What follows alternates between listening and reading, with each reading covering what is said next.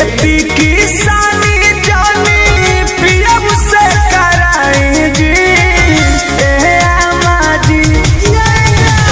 खेती किसानी जानी पियब से कराई जी ए अम्मा जी। पढ़तानी तो पढ़ाई जी ए अम्मा जी। हमारा रजऊ के पढ़ाई जी ए अम्मा जी। कॉपी कलम हमारा बलम के धराई जी ए अम्मा जी। पढ़तानी तो पढ़ाई जी ए अम्मा जी। हमारा रजऊ के पढ़ाई जी ए अम्मा जी। पढ़ाइए ना जी।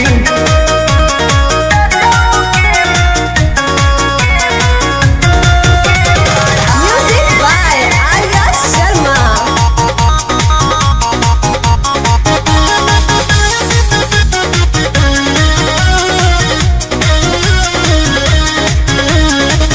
देवरू से भले डहलावाइले हबिया जी। बाकी कवले जकरे जोई है हमार पिया जी ए अम्मा जी। बात बुझली ना।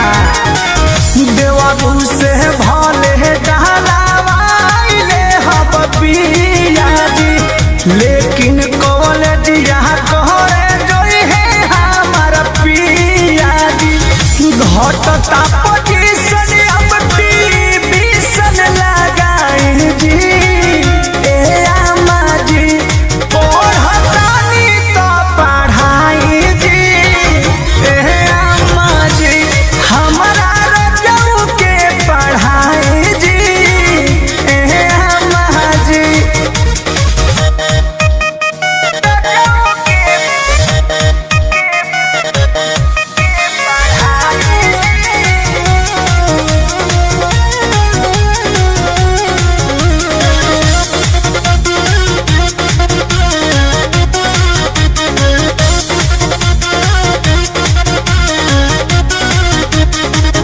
एमे ओमे पास करी है बीए जी। डॉक्टर कहला कटर चाहे बन जई है सीए जी ए अम्मा जी।